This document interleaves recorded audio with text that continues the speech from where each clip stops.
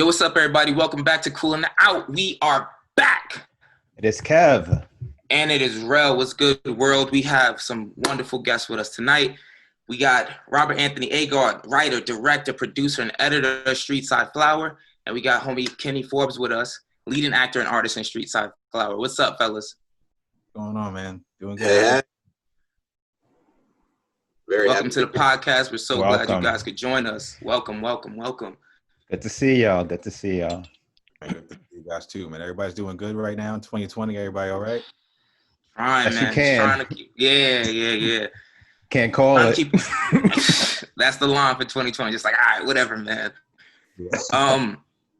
But just give, I guess, just each of you give the people a little quick introduction of yourself, you know. Okay, yeah, sure, man. I'm Robert Anthony Agard. I'm the writer, director, producer, and editor of Streetside Flower, which is a short film that we have in the 2020 Film Festival circuit. This is something we've been working on for the past 2 years and probably a little bit of change now. We just got off of a Chelsea run with Chelsea Film Festival. It's actually still in Chelsea. It's still available until the 25th. So depending on this podcast comes out. The 22nd. The 27th. Okay, great. You'll still be able to up until the 25th. Streetside Flower is a short film about a aspiring artist who's played by the very, very talented Kenny Forbes. That's me.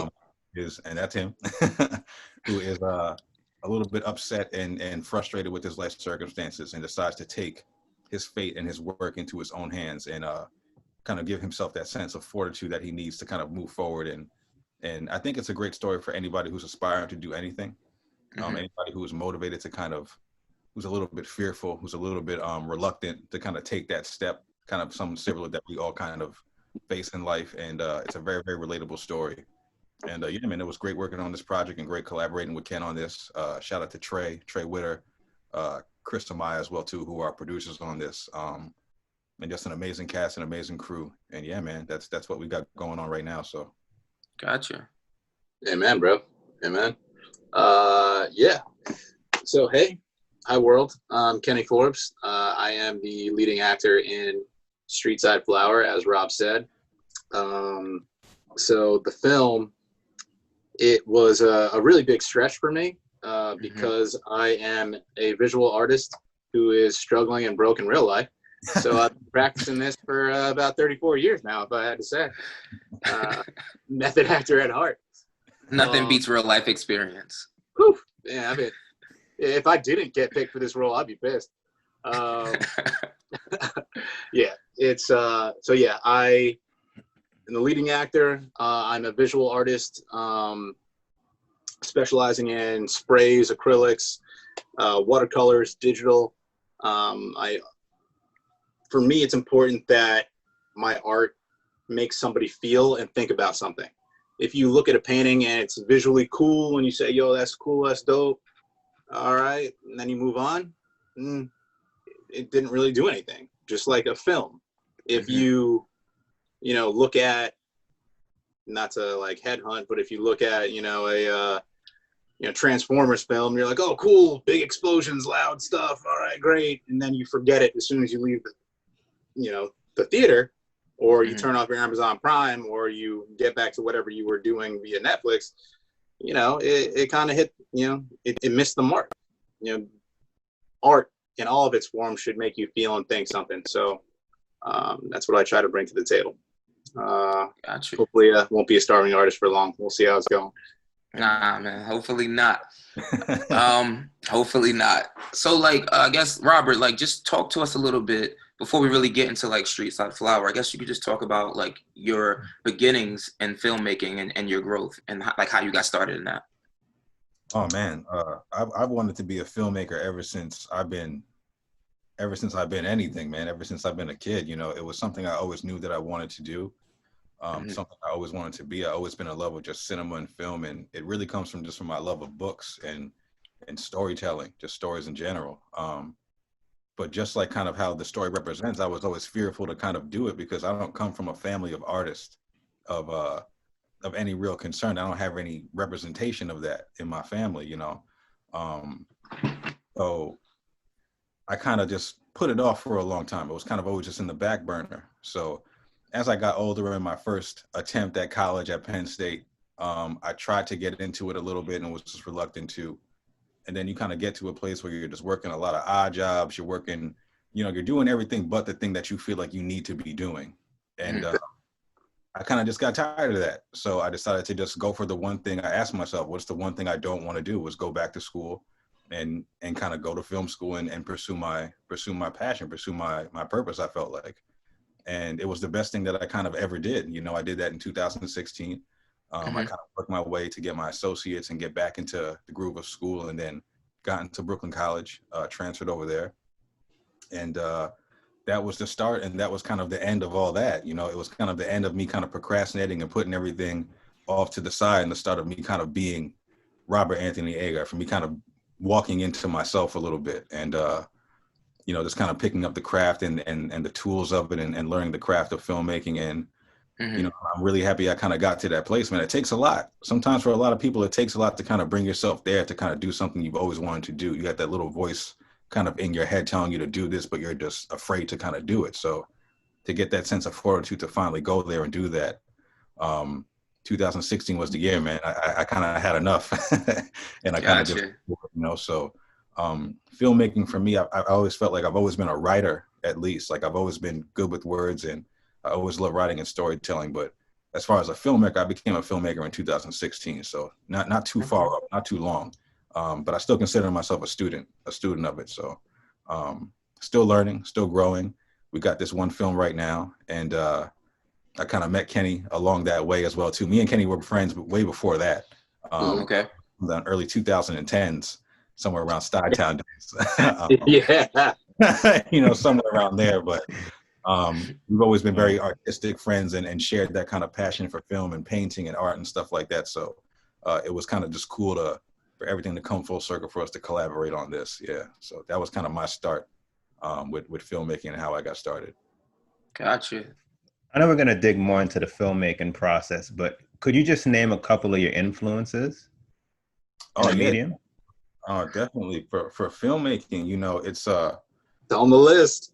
Yeah, man, the list is long. The list is long. It's everybody. It's everybody from Scorsese to, Spike Lee. I kind of give all my credit as far back as to like Charles Burnett. Charles Burnett was the first person. He's one of the godfathers of independent filmmaking, I think. John Cassavetes is acclaimed the godfather of independent filmmaking, but I think Charles Burnett, as a black man, was the first one to kind of be running around Watts, showing us like the hood, showing us where we're from that same sensibility. So I credit, my love for Spike and for Ava DuVernay, it kind of all kind of traces back to a man like that. But a lot of them, I can go on, Paul Thomas Anderson, Greta Gerwig, Noah Baumbach. My influences are all over the place. They're very democratic, but I think the people who influence me most aren't necessarily just filmmakers. They're still storytellers, but I really appreciate storytellers. So I would say like Basquiat, Maya Angelou, Dave Chappelle, James Baldwin. James Baldwin is a big influence on my life. Just the way he wrote and his words were so visual to me. So, yeah, man, my influences come from all over. Not just film, not just that medium, because the medium of filmmaking it encompasses everything. It encompasses all forms. It's writing, it's painting, it's storytelling, it's music, it's performance. So you kind of have to look a little bit outside of that and incorporate some of these great people and these great influences into yourself. And that's where I kind of look to. Kenny's an influence of mine. Yeah, it was beautiful, bro. Yeah, I mean that, man, definitely. He's definitely an influence to me, especially with this project. So it comes from all over, man. That's dope, man. Like, very, wow.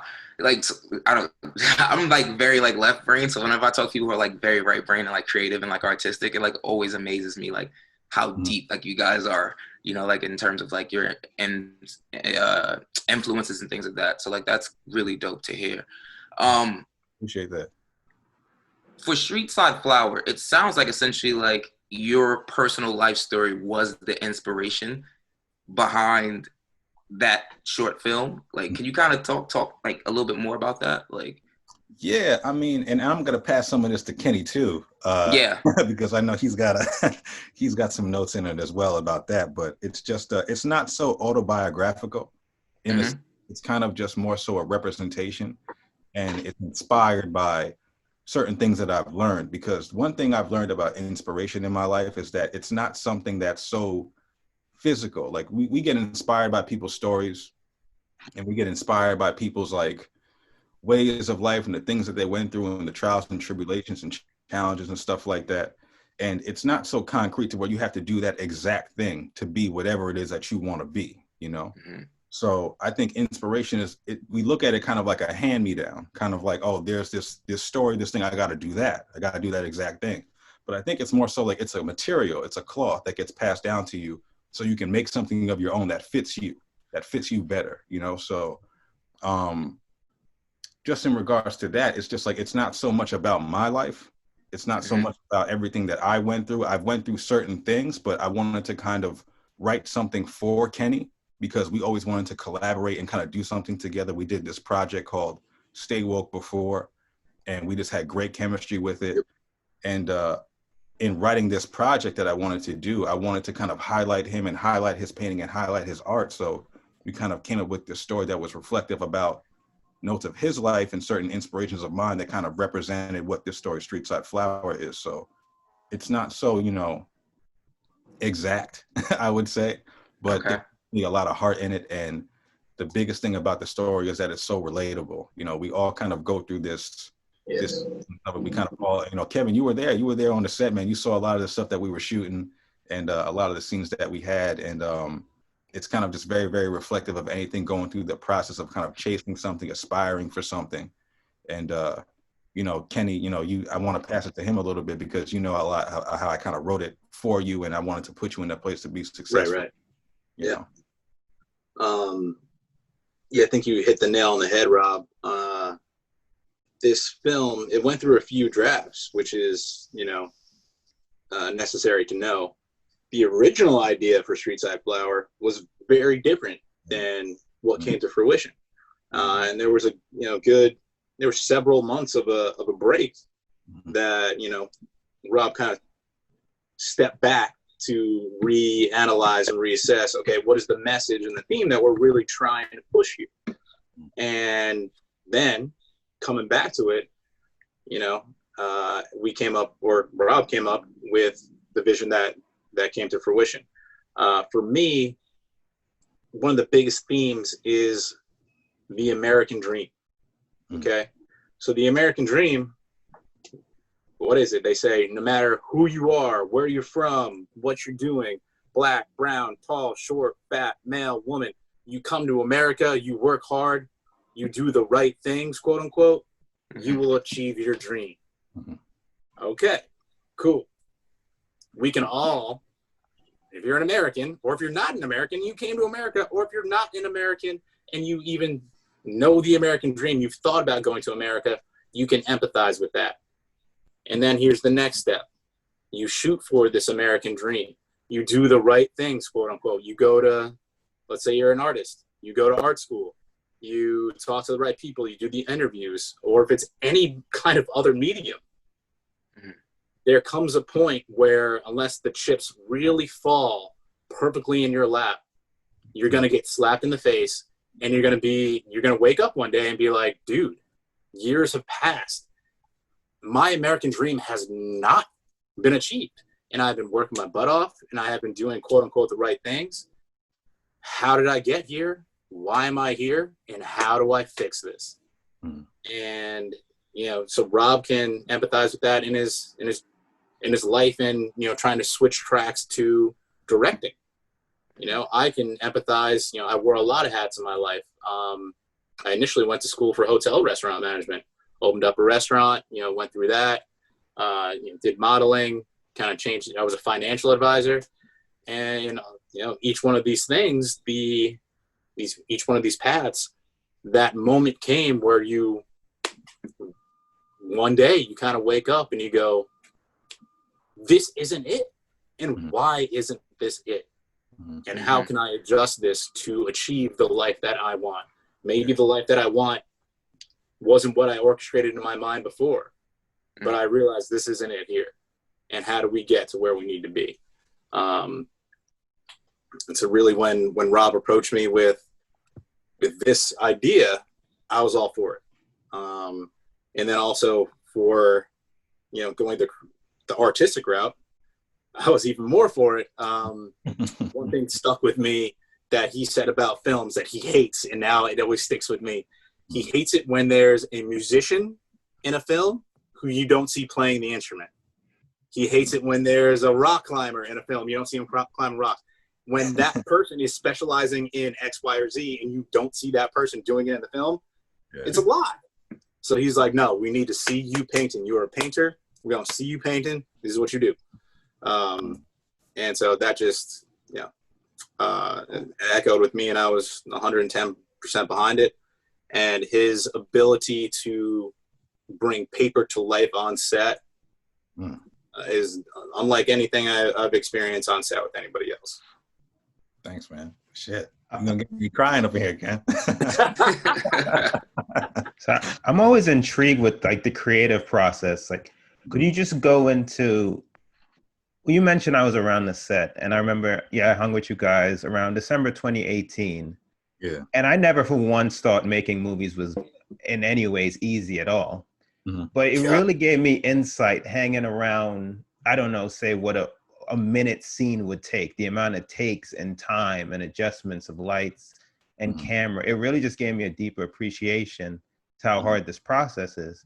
So I just want you to give a little bit more insight, the amount of time this entire process took, from the script to the script revisions to actual shooting to post-production to... Man. Oh man. I think 90% to casting as well. Yeah. Mm-hmm. It's a long list of things. It's kind of just like you take the biggest thing that I preach a lot with things like this, and Kenny knows, is making the time to take your time. Is preparation is key. Filmmaking is all about preparation and just being prepared. And that's when you get to the actual shooting of it. So you're going to go through your process, the creative process of writing a script, and whatever anybody goes about that is different for anybody else. Like I have my certain way that I go about doing it, which starts from like an outline, like a beat sheet, which kind of goes through into writing into the scenes and kind of fleshing it out, which is a little bit more elaborate. It's going to take more time to talk about that. But it's different for everybody because, something a little off topic is like artists. It's similar to like with basketball, like kind of shut up and dribble. You kind of put the body into like one box. It's like everybody thinks writers and artists and filmmakers were all just the same and just do it and just get the script done and whatever. And everybody, you're a person at the end of the day. You have your own personal process of how to do something that works for you specifically. And it's just about getting it done, and getting it done right is the main thing, and getting it and having it be true and having it be honest. So once you have your process and you learn that, you're going to go through the production of it. So you're going to start casting, you're going to start looking for locations, you're going to start tech scouting. Once you acquire your crew and your DP and certain things like that, of that nature, you're tech scouting, you're looking at locations, you're doing your shot list. My favorite part is getting to rehearsal, because rehearsal is where you find and you figure out what the movie is, because you have the script, the story. Your actors are coming in, they've read the script, they know their parts, but you're coming in with two different perspectives before you've even talked or discussed too much of what the story is. So that's where you truly find out what the movie is. And that's where you kind of agree upon that. So when you're actually shooting, everything that you're shooting is what you agreed upon in rehearsal. That's why it's such a collaboration between the director and their actors. It's like, I'm not telling you so much what to do on the set, or kind of controlling anything or manipulating anything, as much as I am supporting you and reminding you what we agreed upon in rehearsal. Because you came in with ideas, I came in with ideas, and then we kind of agreed on a certain set of things.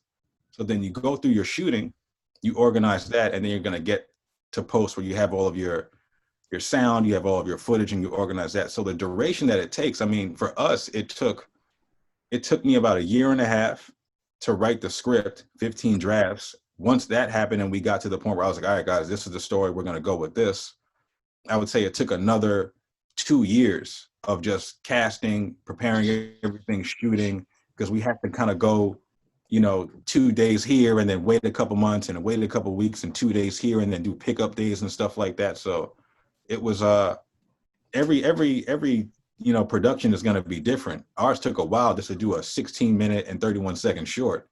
And it's kind of just about getting to the finish line, man. It's like, well, we're here now. You know, we finished it, it's done. And then the editing process was crazy with sound. Sound is probably one of the most underrated things in a movie. You think that it's supposed to be all visual, all coloring, all performance. But the biggest thing about sound, and shout out to Michael Stango, who was our sound mixer and who did our sound for us and sound designer.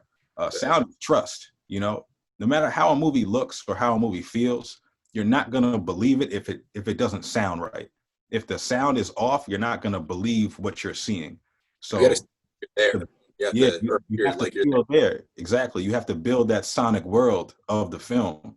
And it's the biggest thing, because like your audience just has to trust the story, and it's so major that you just need a good sound designer to kind of help you build the momentum of the story through that sound. So once you kind of get there and then you're just coloring it, it kind of smooths out a little bit, it gets a little bit easier. But we did go through a process of kind of like, I did screenings, like personal screenings with people who I trusted and who I just liked, respected their opinions, and we did a series of that for a little while. Mm-hmm. So I think the entirety of making it took about almost 2.5 years just to make this short, man. It was quite a journey, just like anything else is. But wow, everything that is good takes a long time, man. You know, everything that growth takes a long time, bro. You know, you're not gonna do anything fast. You can make Easy Mac or some shit like that, or oatmeal or whatever. But it's something like this. It's you have to sink your teeth into it. You got to invest in it, and then you're gonna get something cool at the end. You know, so. Wow. Rob kind of understates a couple of things there. First thing I want to say is I am so happy I am not a director. Oh my God. There's so much that goes into it. Like you just explained everything you had to do, and you understated all of it because it is so intense, and everything has to match up with everything else. You are the quarterback on this team, and like Rob said, everybody has their own process, their own system, right? So we had a relatively small cast and crew. We have, 6 speaking characters in the whole thing.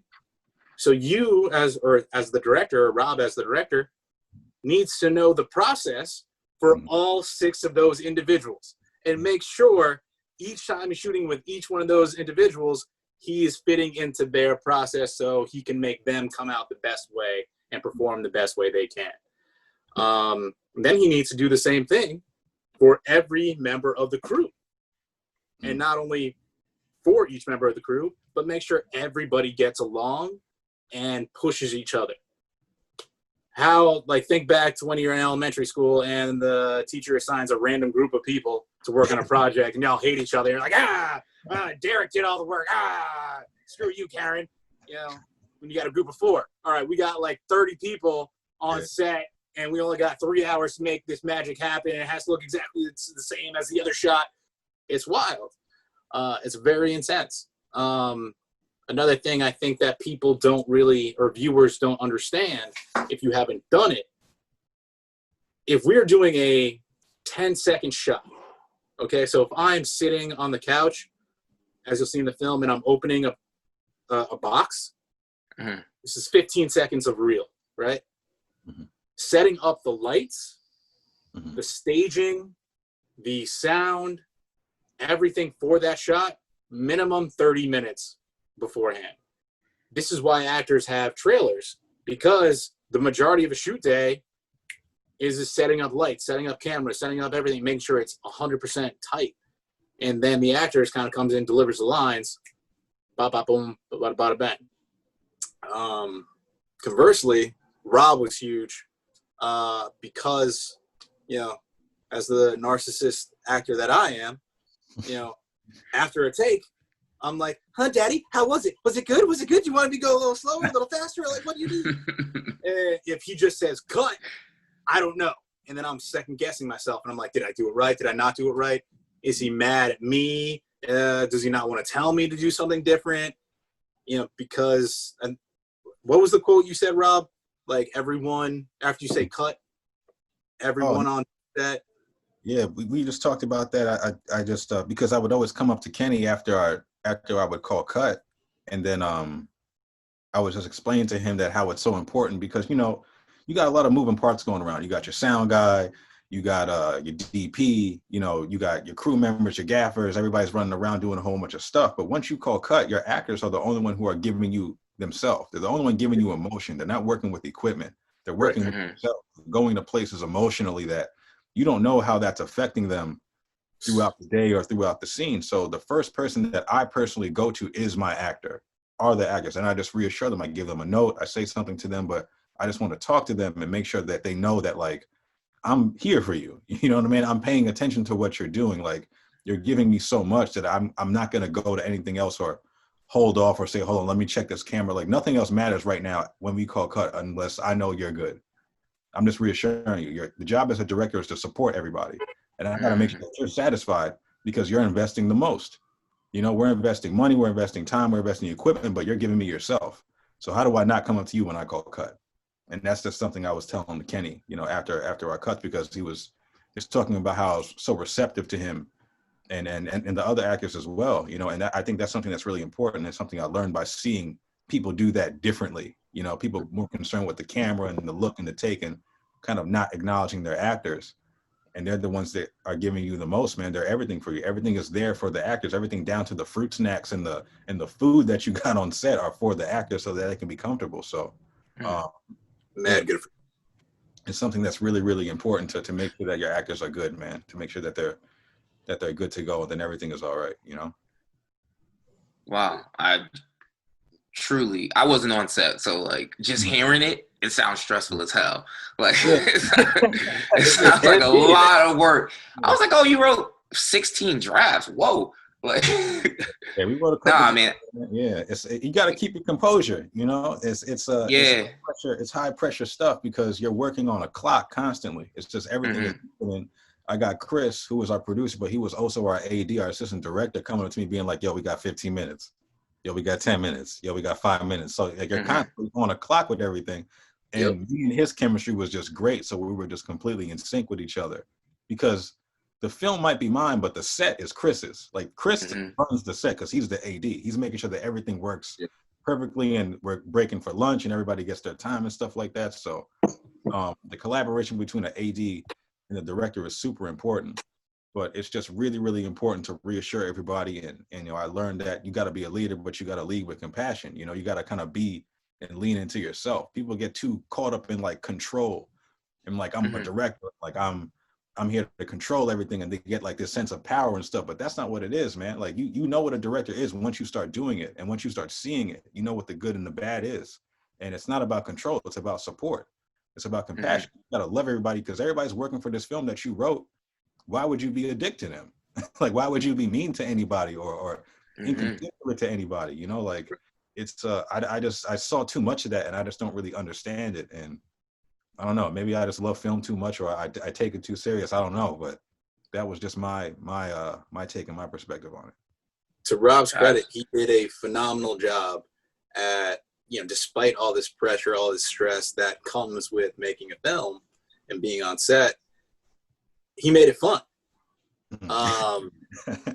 Which is, I had the probably, you know, some of the most fun I've ever had on set shooting this film, particularly when we shot in my apartment. So we've got 20 people in my 1-bedroom apartment, you know, with all this equipment, just like trashing my place. Like, all right, cool, sweet. And looking around, it was like some kind of United Colors of Benetton stuff. Like Rob made it a priority to have an extremely diverse cast. So we had black, white, Spanish, female, male, gay, trans, like all over the place. And, you know, also having fun. It was relaxed. I'm literally painting like for myself in between takes. And, you know, if you're not involved in setting up, you're hanging, we're talking, we're all getting to know each other. Like everybody got kind of bounced around between casts and get to know each other. Trey, one of the producers on the film, you know, he was pretty much in charge of the music. So in between takes, we're playing music. And, you know, maybe I'm closed-minded, but, so we're playing mostly like hip hop, you know, a lot of Anderson .Paak, you know, some Kendrick, XYZ, you know, setting a vibe. And then, you know, there's some people who would typically look like they don't listen to Kendrick or to Anderson .Paak. And then, you know, this other track comes on. I forget what it was. It was some, I don't know if it was like Rough Rider Anthem by DMX. It was like some old school thing. Maybe Cameron, I forget what. And I hear somebody singing, and it is this little short white girl. She's just going in. And I think she was a gaffer. I was like, all right, you know, this is a vibe. Like, everybody's chilling. And everybody's having a good time while coming together for a good cause, for this creative project, which that's hard to do, but Rob did it, and it's cool. You can feel it, and I hope you can feel it when you watch. Yeah, that's dope, man. I mean, personally, I really enjoyed the film, but I mean, my opinion doesn't mean anything because you guys just got, you know, a major accolade. You know, you guys just won at the Detroit Film Festival for New Voice and Best Actor, which is like dope. So congratulations, you know, to you guys for that. I guess just talk a little bit about what that meant to you, and you know how you feel about that. The announcement was funny. Yeah, the announcement was crazy, but I do want to say that your opinion does mean something because we made this film for you. Like, we made this film. Okay. Look at that. Watch it, you know. So it's not something, just like Kenny kind of talked to before. It's not something to where like we're just trying to entertain you. You know, there's a lot of motifs and themes in this that we want to kind of like spark questions and spark conversations. So it's very much it's for the viewer. I just have intention with writing this story and making this film, but the meaning comes from you guys. So what you think about it, whether you loved it or you hated it, it doesn't even matter. It's just that's gratitude for me. It means that somebody experienced it and took it in. So your perspective does mean something. The audience is the last member of the crew. You know, they're just as much part of the filmmaking process as anything else. So thank you for watching it. I appreciate it. Of course, man. Of course. You know, as far as just the awards, I mean, any kind of appreciation is always warranted, man. Like, you're always going to accept that. You're always going to command that. You know, best actor, I think Kenny is the best actor just in the world. He's a great friend of mine. I'm super biased, but I just loved his performance in this, and he really, really killed it. So to get best actor, that was right on par with what I was already thinking. So shout out to Detroit.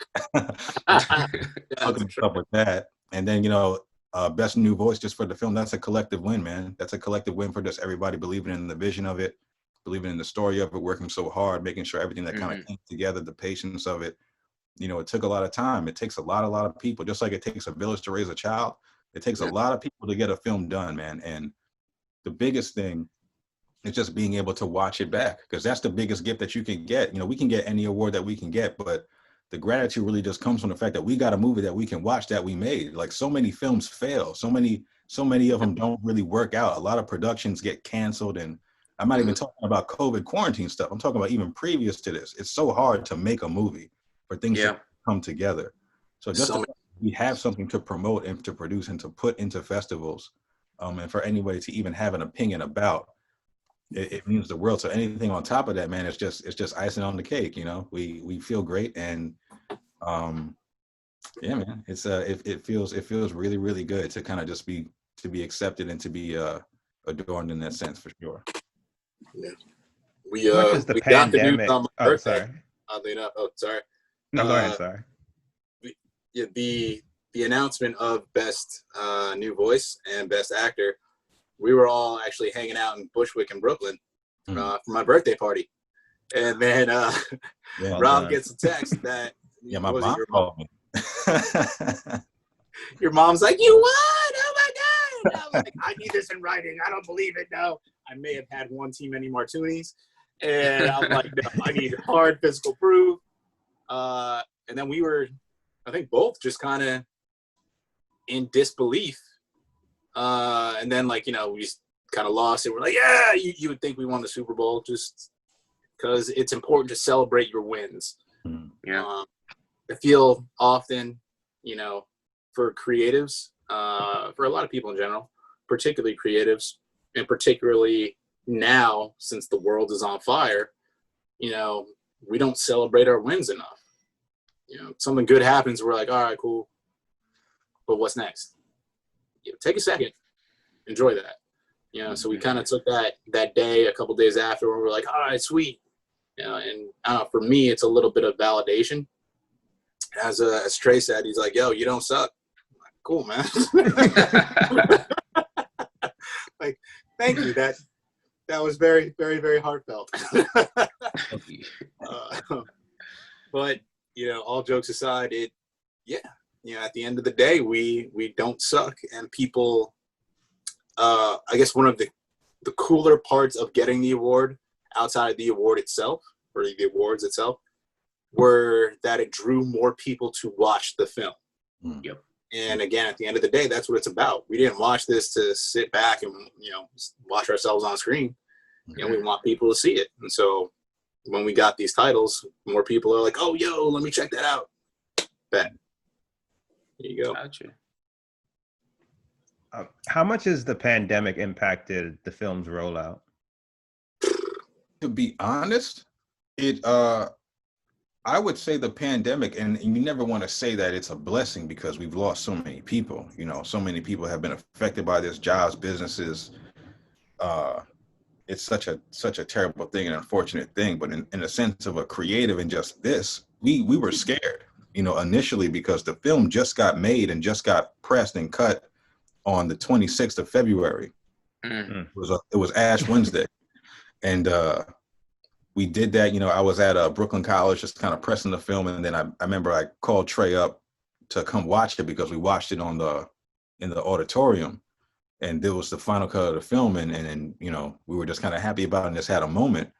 But right after that, initially, I remember showing the film to some students. One of my professors called me and he saw the film. He wanted me to show some students the film and the work and something that came out of the school's program, because the focus is always on like making a thesis film and making a project, but they kind of just are not lazy about it, but they just kind of want to make something to kind of just like get the program done. And then he was like, "Look what this guy kind of made," in a sense, Thomas Riley. So right that week is when the pandemic like started. Yeah. Right when I showed the film, like the next day, it was like schools got canceled, everything shut down. So initially I was a little scared, but you kind of just have to adjust. And that's all what filmmaking is about. Filmmaking is about presiding over mistakes and presiding over errors and adjusting and moving with certain pivots to things. It's like catching your rhythm no matter what kind of slippage happens. So you're used to it, in just the sense of making a film. Anything can happen. The lights can break, the camera can fall over, someone can get hurt or sick or something like that. Anything can kind of go down. So with the pandemic coming in, we just knew, all right, we got to move to a virtual platform. We have to move to online. And everything else moved to online anyway. So we were like, all right, we kind of get to just do this from the convenience of our home. We don't have to travel. We don't have to spend any money on going to festivals and stuff like that. Spend money on hotels. Like, it's kind of in our benefit to be able to sit back and have these festivals kind of come to us.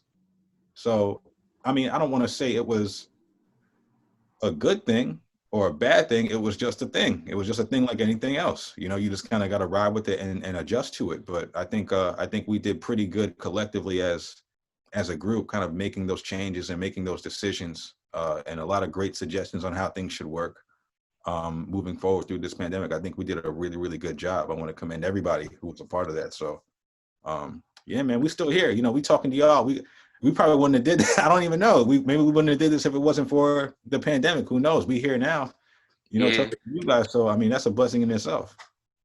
Yeah, that's what's up. I mean, you guys got a lot of appearances. You got an appearance in the Detroit Black Film Festival, the DC Black Film Festival, and the Chelsea Film Festival. Like, so you guys are, this film is definitely making its run through the circuit. Like, so literally big props to you guys for that. Like, that's super dope. Outside of like the festival scene, like what has been like the general, like, I guess, general feedback and consensus that you've gotten from just like friends or just, the audience, I guess, your casual audience and casual viewers? Yeah. The biggest feedback we get is relatability. I think, you start, something that's very interesting with this is, and that I've noticed, is that anytime you send a private screener out to somebody, people watch the film and they talk about it with you, it becomes therapeutic. You kind of start talking about the film for 10 minutes, and then you start talking about your life, and you start talking about yourself or someone you knew, or your brother or your sister or your best friend or whoever. Like, it's something that is very, very relatable into the sense of just the human experience, because we all get lost, you know? We all Yeah. get lost in our ways and on our path to something, and everybody needs advice and everybody needs help. You need to kind of figure things out. And this is just kind of a reflection of that. It's a story about how a man kind of goes from hope transitioning into faith. You know, how we always wishing for something. We're always wanting for something. We're always asking for something. But when are you going to finally start doing it? And that's what faith is. Faith is kind of putting yourself in that uncertainty and standing in it. And it takes fortitude to do that. It takes courage. You know, it takes bravery. It doesn't mean you're not scared, but you still got to kind of do it anyway. And you get a lot of conversations sparked around that. And that's why we made this movie. It was very reflective of just the process and the lives that we lived, in the sense of making this and just everything about ourselves. You know, artists, we are different. We have a different process to things. There's different mediums, but we are very much alike in that way, to where it did take a day or a moment of bravery, of kind of fortitude to kind of start on your path. You know what I mean? Like, my parents came from another country. My parents are from Guyana. My whole family is from there. And there was a day where they said, fuck it, man, I'm out of here. Like, I'm going to move to America, then I'm going to start a different life. That takes a great sense of fortitude. You know, I have a close friend of mine who moved to New York to become an actor. You know what I'm saying? Like, that's a tremendous feat. Like, I think that's incredible what she did. You know, so I have a friend who's changing careers right now. In the sense that he's moving from one career to another in this pandemic. Like, all those things take fortitude. It's not just about being an artist. It's not just about kind of moving your family from one country to another, or an actor moving from here to there. Like, it's about, you need this sensibility. You need to understand what this is. Like, you need to be able to overcome certain things in your life to realize that, like, it's not that scary. Like, you're just kind of scared of yourself. You're scared of your success.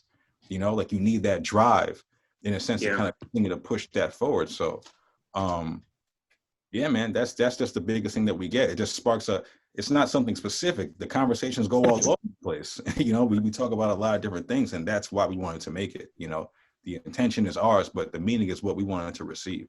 So, we're just happy people are so relatable to it, and that they're so receptive to the story, and that they see themselves in it. Because, you know, something I've said a lot is that art and storytelling, these things, they don't have to necessarily be a mirror. It doesn't always have to be about you and exactly what you went through. They can be a door, kind of leading you into another space so you can experience things that are kind of new. So I want to pass that to Ken on that note, because I know man out here preaching. Shit.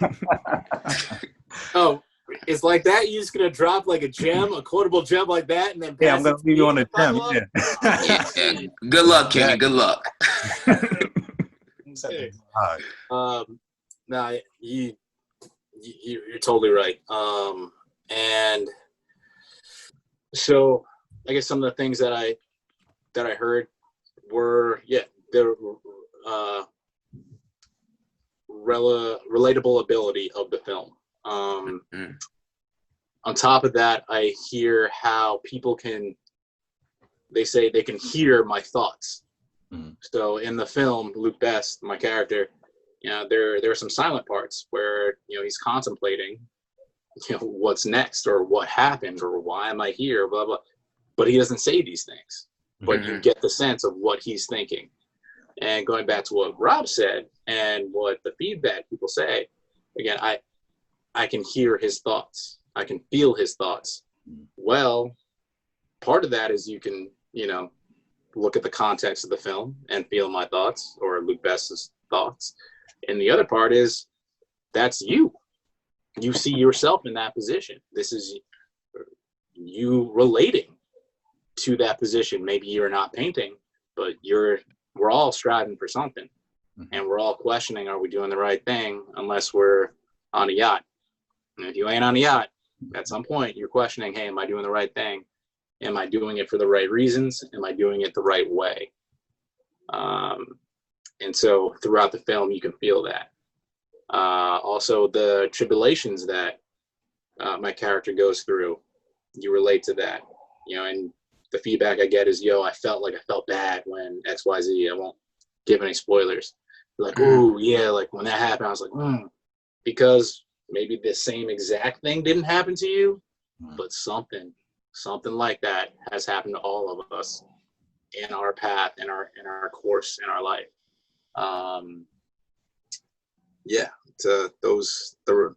relatability is probably the biggest feedback. I also heard a lot about the ending. Yeah. No spoilers, but people are like amped up. Like, I'm not. I won't tell you. You got to watch it.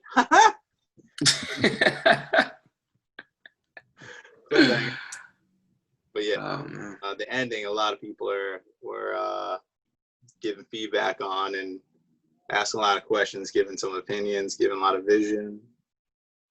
So you join that conversation. You got to watch that. Dope. I won't. Obviously, no spoilers, but yeah, watching it and just being around, it's like the down and the dumb store. We've all had that stretch, the New York struggle. It just got so much that we all had those stretches from hell where it's like a couple days a week. It's like nothing can go right. Just knowing people, navigating New York in general. So and it was very well acted. So I really enjoyed it. Gotta say, I really enjoyed it. And Kev, how was your experience being on the set that day? Like working and seeing the film and then seeing it afterwards? Like, what was your impression on that?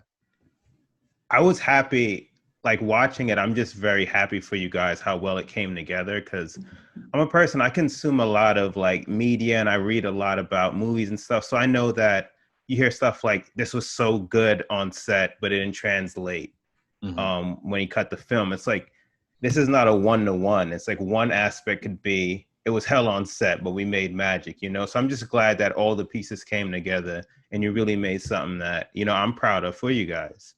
Another thing is just newfound appreciation, to be honest. Like I mentioned, just seeing up close and personal what it takes to shoot a scene, you know, and not the ego, but Kenny mentioned this, like managing different mentalities, managing the different moods of not just the actors, but everybody on the set. So, and how long it takes on set. Like I just, again, 12 newfound hours. appreciation. Yeah. Like Easy. I think, first day 12, the next day, I think like another 10. Yeah. And I wasn't even acting. So it's like, I could only imagine. That's almost like a day in 2 days.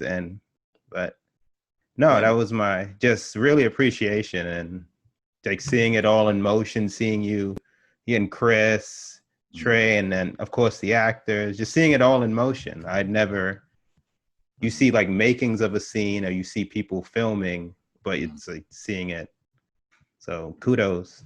Yeah, man. Thank you, man. I appreciate that. And you said something too about egos. There is a sense of managing egos, whether it's somebody else's or your own. And I don't mean that in a way of like a negative way, because your ego is just all about, it's just your idea of yourself, you know? So like you might have somebody who has like a low self-esteem, like that's their ego. And you kind of got to bring that up out of them, you know what I'm saying? And give people certain things. So like there is that management of egos in that position, regardless of director, or because Kenny is our lead actor. He's an actor in this, but he's still like my point person. He's in every single scene. So a lot of our cast, a lot of our crew are feeding off him as well.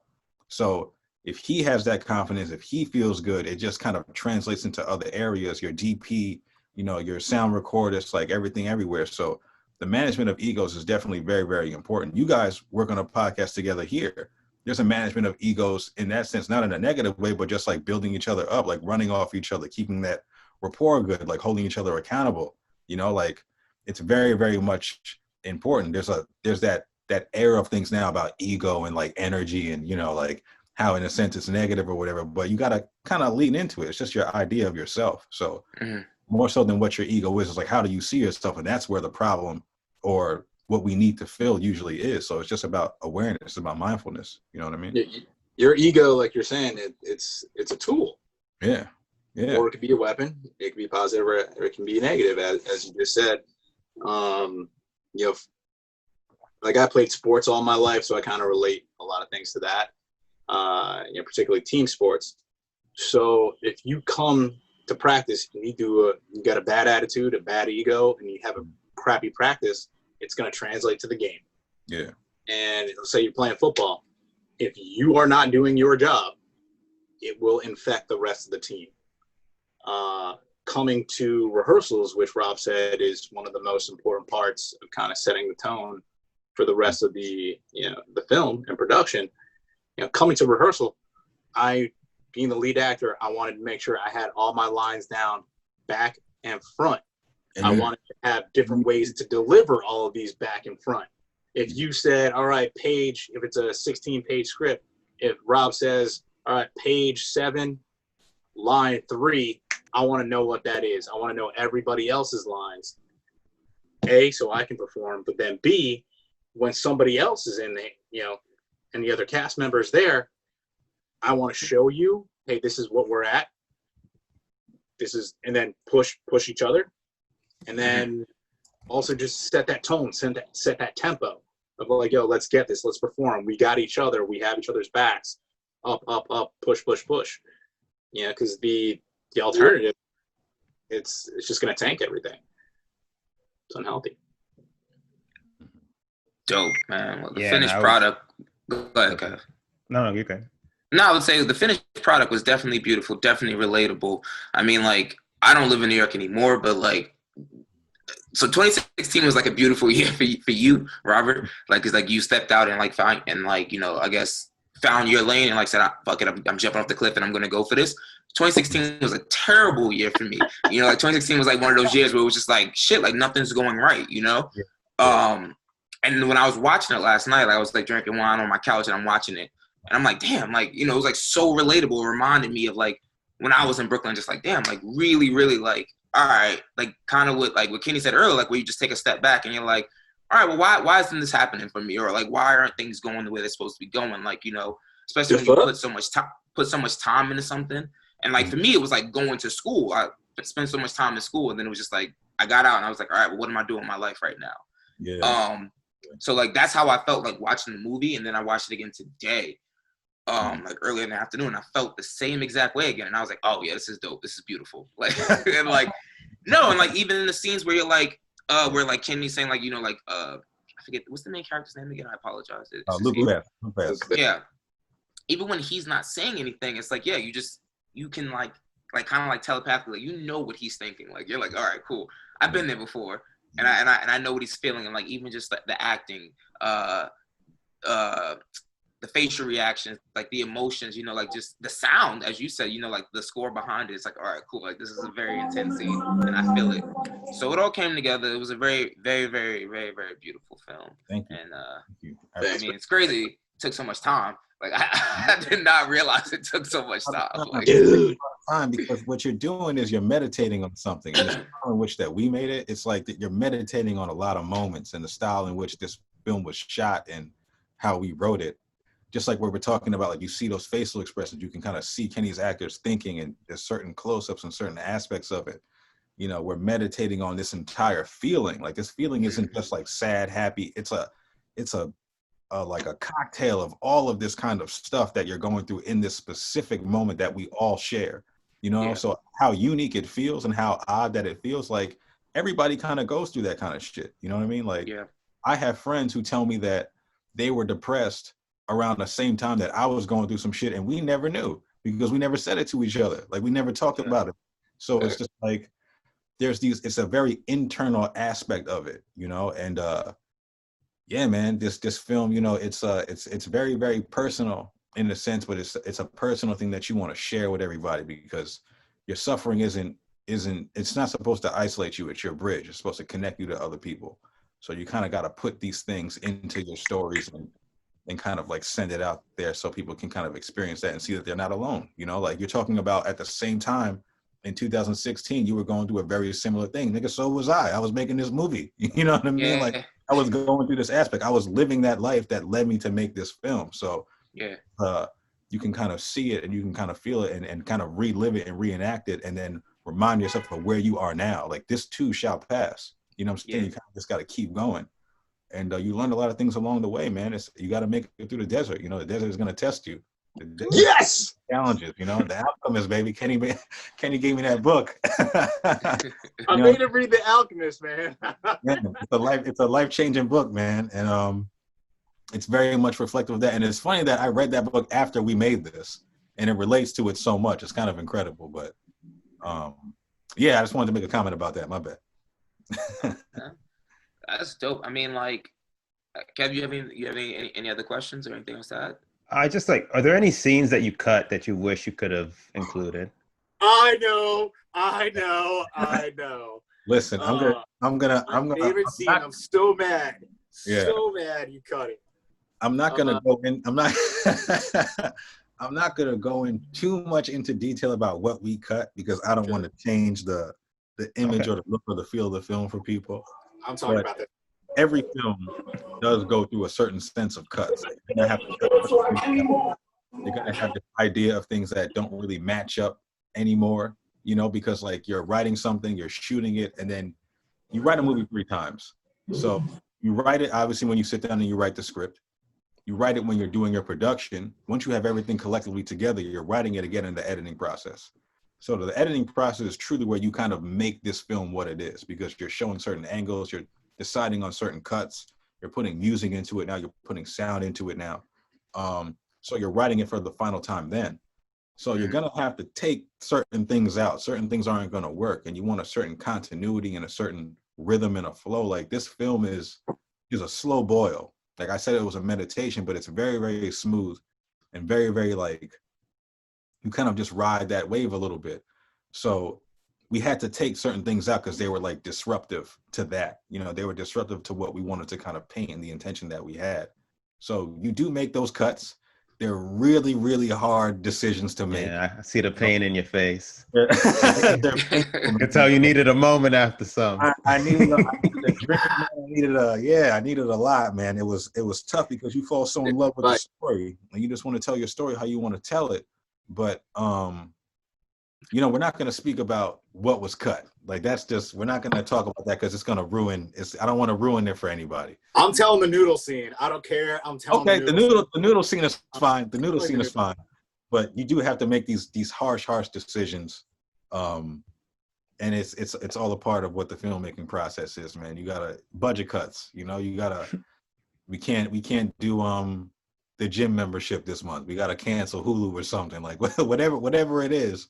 You got to make a film on something. So it's the same way with filmmaking, man. You got to make these very necessary removals from something that you love.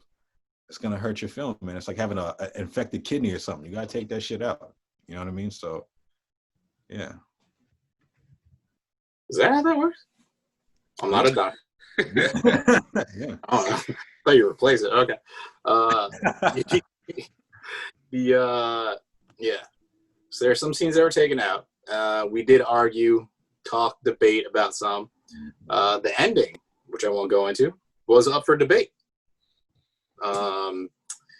Then the one thing that got cut that I hated got cut because I literally put blood, sweat, and tears in that shit.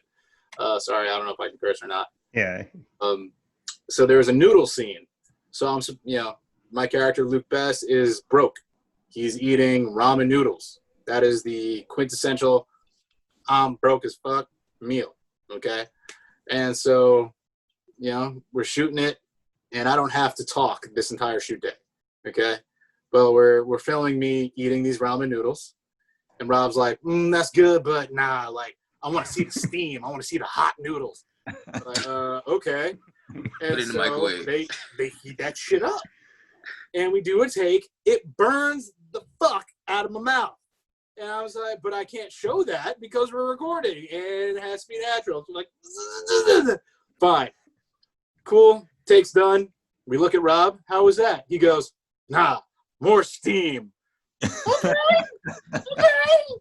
So he's like, nah, hotter. Steam is billowing from this cup of ramen noodles I have in my face. And I look at him to see if he realizes this is gonna burn me. And he totally does not recognize that. I'm like, okay, cool. And I don't want to, be a sissy. So I'm like, all right, for the good of the film, there's 20 people here who are here to make a good product. Least I can do is burn my mouth. I don't got to talk later. And so I just, and I shove it in. I try to chomp it down. And then he yells, cut. And then I just start waving my mouth, and everyone starts laughing hysterically. And then it finally clicks to him. He's like, oh, my bad. What was that hot? Like, yes, yes, it was. when you demand everyone to have it over 300 degrees, it is a little tight on the palate. And then that got cut, and the scene is not in there, and I got 3rd-degree burns for nothing. Sacrifices you got to make. Happy to do it, Rob. Happy to do it. Anything for you, bro. You're a trooper, bro. You're a trooper. And you're a sadomasochist, but whatever.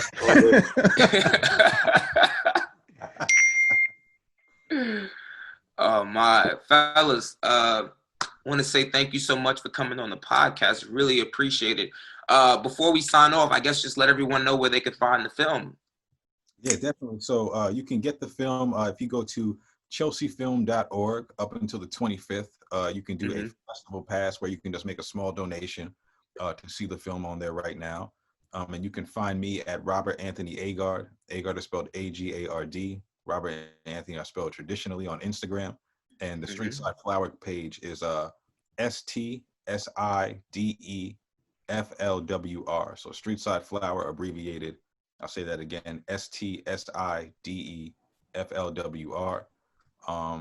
Yeah, man, that's where we're at. You can get news about where the film will be. We have something going on with Afropunk right now. So we'll have a page up there for more information and, podcasts and things like that. We'll try to get you guys on there too. We'll see what happens.